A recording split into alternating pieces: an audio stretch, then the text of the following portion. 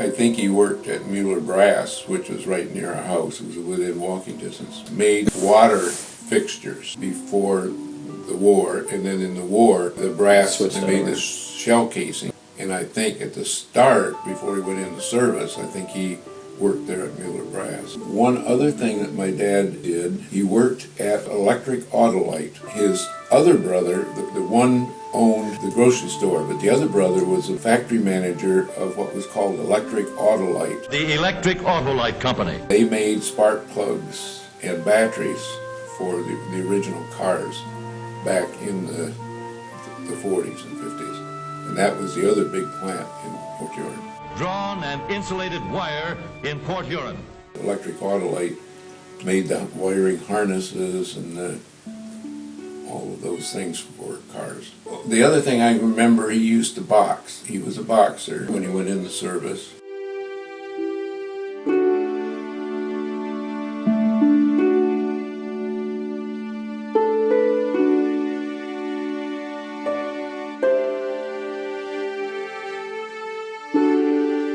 He was wounded so he in the Battle of the Bulge.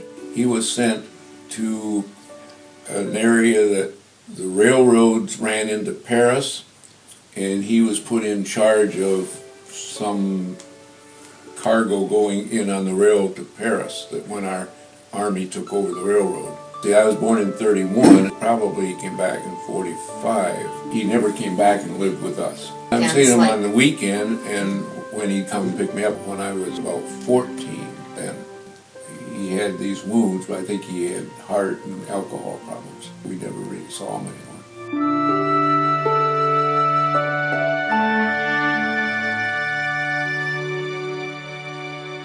I remember moving in apartment houses a couple times.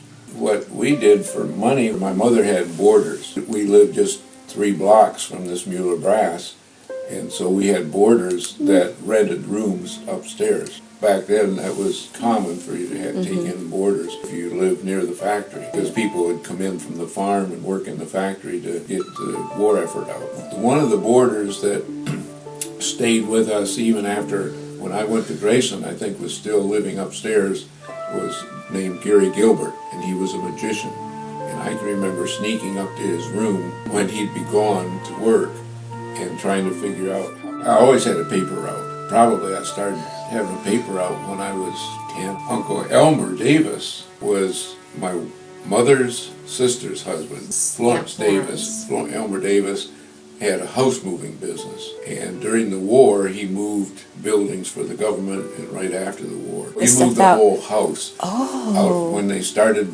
building highways, then he would move, for the government, he would move houses out of the roadway, things under, and they'd pick the house right up. Put wheels under it. Wheels under it, right. And then pull it behind the Dodge truck.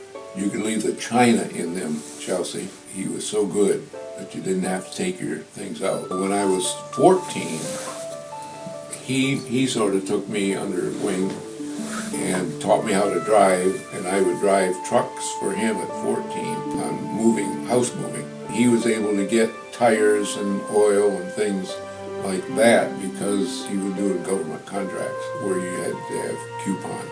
While I was in high school, I worked at JCPenney Company every afternoon. I went to school in the morning, and I worked all afternoon, and then worked all weekends.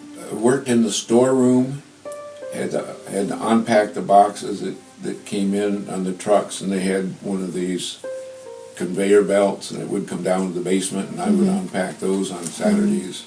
They had me learn all the different departments. Then they taught me how to order and things like that.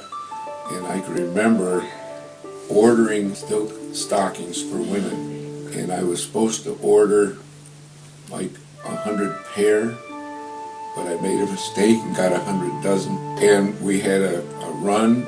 This was right after the war. You couldn't get them during the war. And you unlock the door, and the women rush, and you get out of their way, because we were the only ones in town that had the silk stockings.